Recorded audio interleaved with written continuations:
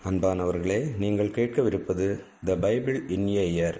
ஒரு வருடத்தில் திருவிவிலியம் வாசித்து புரிந்து கொள்ள உதவும் இந்த இறைவார்த்தை வாசித்தல் நிகழ்வை உங்களிடம் கொண்டு சேர்ப்பது விண்ணரசி மீடியா. நான் உங்கள் சகோதரன் ஆர். துளசிகுமார். இறைவார்த்தை வாசித்தல் வழியாக இறைவனின் குரலை கேட்கவும், இறைவனின் கண்கள் வாயிலாக நமது வாழ்வை நோக்கி பார்க்கவும் திருவிவிலியம் வழியாக ஒரு அழகிய பயணத்திற்கு நான் உங்களை அழைக்கிறேன். திருவிவிலியத்தில் உள்ள 73 புத்தகங்களில் பரந்து விரிந்து கிடக்கின்ற மனுக்குல மீட்பின் மாபெரும் நிகழ்வை தொடர்ச்சியாக வாசிப்பதற்கு the great adventure Bible timeline என்ற அட்டவணையின் துணையோடு நாம் வாசிக்கவிருக்கிறோம். இன்று முதலாம் நாள். இன்று வாசிக்கவிருக்கும் விவிலிய பகுதிகள் தொடக்க நூல் 1-2 அதிகாரங்கள் மற்றும் திருப்பாடல்கள் 19ஆம் அதிகாரம். TNBCLE திண்டிவனம் வெளியிட்டுள்ள தமிழ் திருவிவிலியம் பொது மொழிபெயர்ப்பின் திருத்திய பதிப்பை நாம் வாசிக்கிறோம். இறை வார்த்தையை நாம் வாசிக்கும்போது இறை வார்த்தை நம்மை வாசிக்கின்றது. இறை வார்த்தைக்கு செவிமடுப்போம். தொடக்க நூல் 1ஆம் அதிகாரம். கடவுள் உலகை படைத்தல். தொடக்கத்தில் கடவுள் விண்ணுலகையும் மண்ணுலகையும் படைத்த பொழுது மண்ணுலகு உருவற்று வெறுமையாக இருந்தது. ஆழத்தின் மீது இருள் பரவி இருந்தது.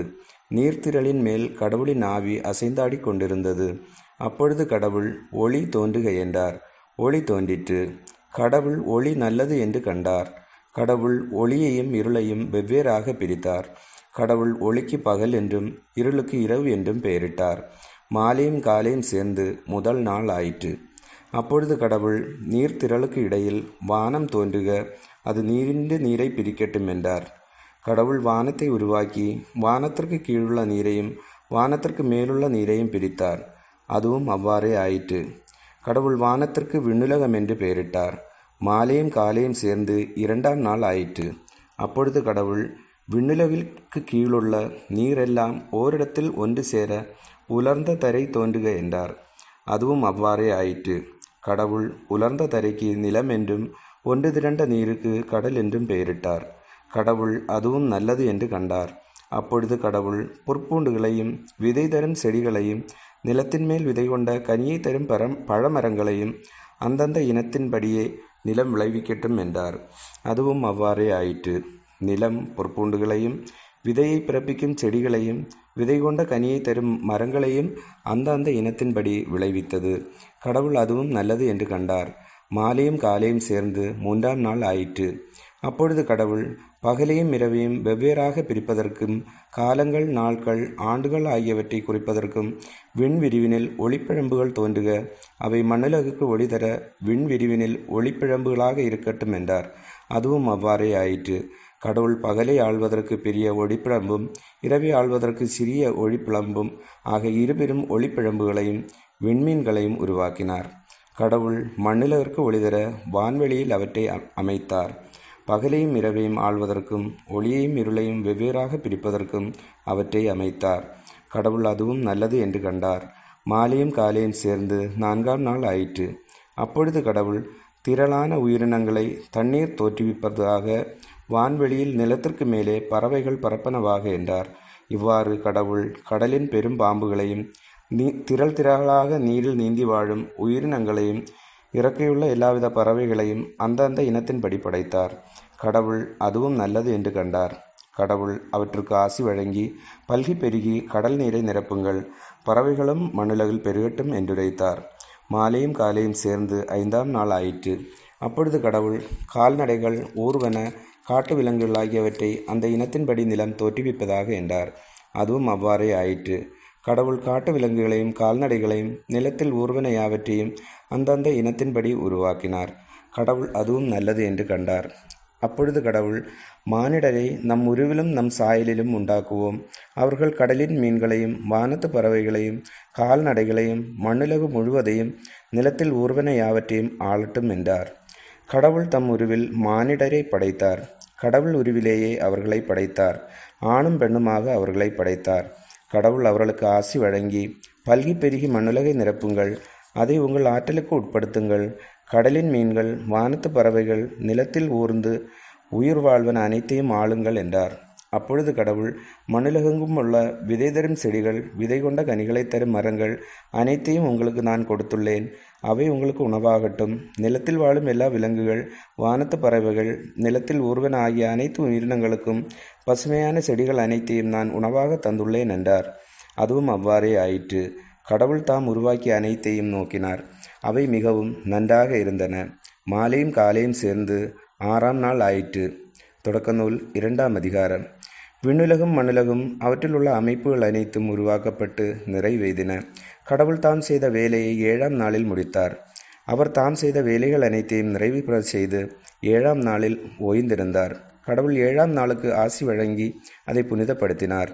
ஏனெனில் கடவுள் அந்த நாளில்தான் தாம் செய்த படைப்பு வேலைகள் அனைத்தையும் நிறைவு பெறச் செய்து ஓய்ந்திருந்தார்.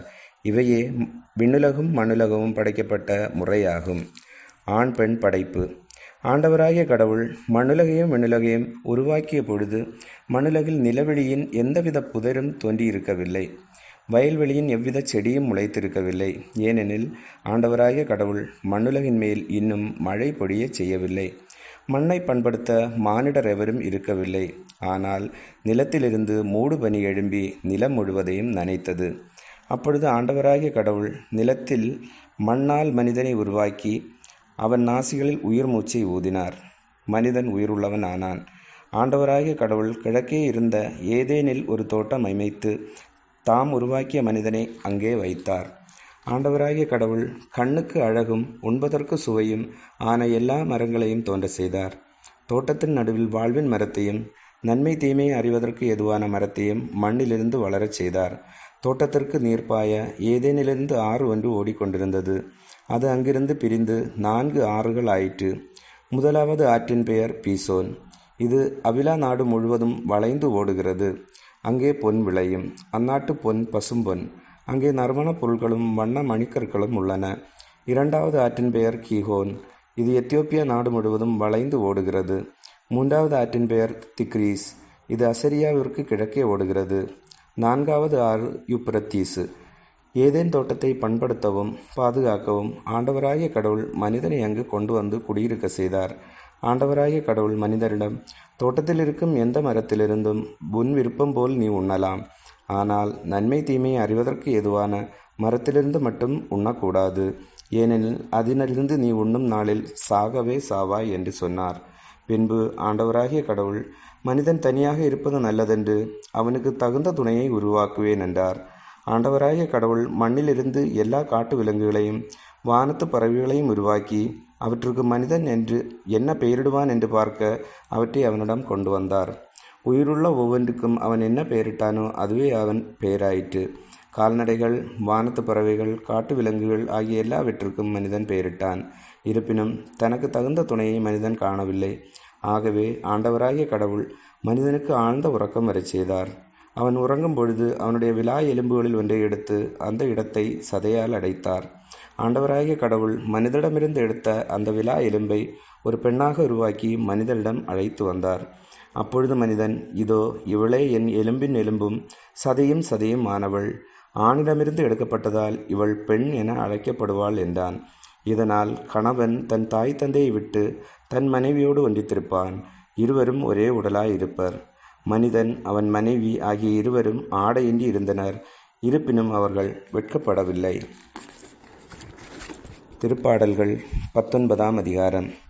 படைப்பில் கடவுளின் மாட்சி. பாடகர் தலைவருக்கு தாவீதின் புகழ்பா.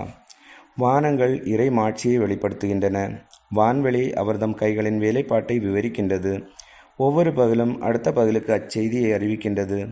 ஒவ்வொரு இரவும் அடுத்த இரவுக்கு அதை பற்றிய அறிவை வழங்குகின்றது. அவற்றுக்கு சொல்லுமில்லை, பேச்சுமில்லை. அவற்றின் குரல் செவியில் படுவதுமில்லை.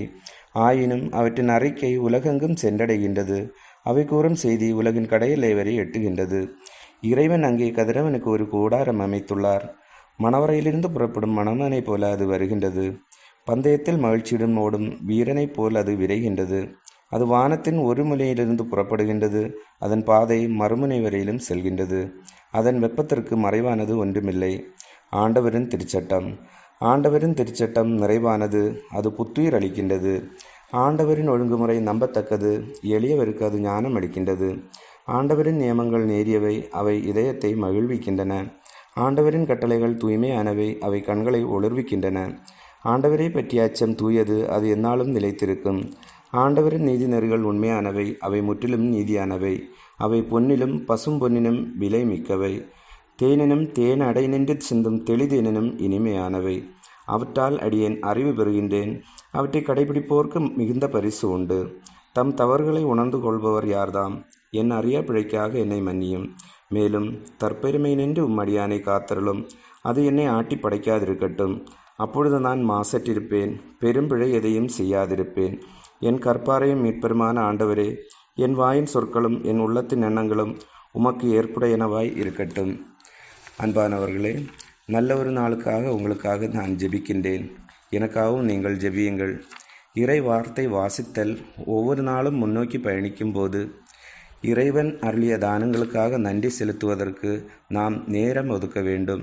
அதோடு கூட எவ்வளவு பெரிய சோதனைகளையும் தடைகளையும் சந்தித்து கொண்டே நாம் இறை வார்த்தையை எல்லா நாளும் கேட்பதற்கு இறைவன் நம்மை ஆசீர்வதித்தார் என்பதையும் நாம் அறிந்து கொண்டு இறைவனுக்கு நன்றி செலுத்துவோம். விண்ணரசி மீடியா என்னும் இந்த யூடியூப் சேனல் லிங்கை உங்களுக்கு தெரிந்தவர்களுக்கு பகிருங்கள்.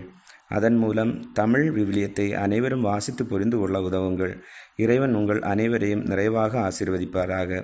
தந்தை, மகன், தூய ஆன்மாவின் பெயராலே ஆமேன்.